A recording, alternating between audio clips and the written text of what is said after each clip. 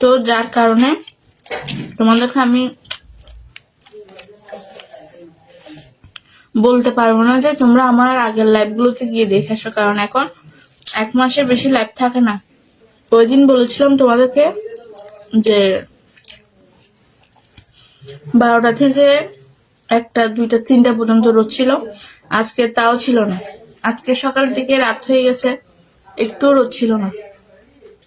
আজকে রোদ ছাড়াই দিনটা শেষ হলো। ডায়েটে আছি তো, সন্ধ্যার সময় নাস্তা অতটা খাইনি।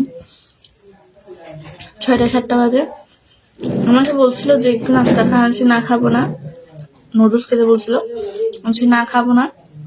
আমি 1 মুঠ মুড়ি দিয়ে চা খেয়েছি। আচ্ছা আজকে আমাকে নুটি এনে দাও।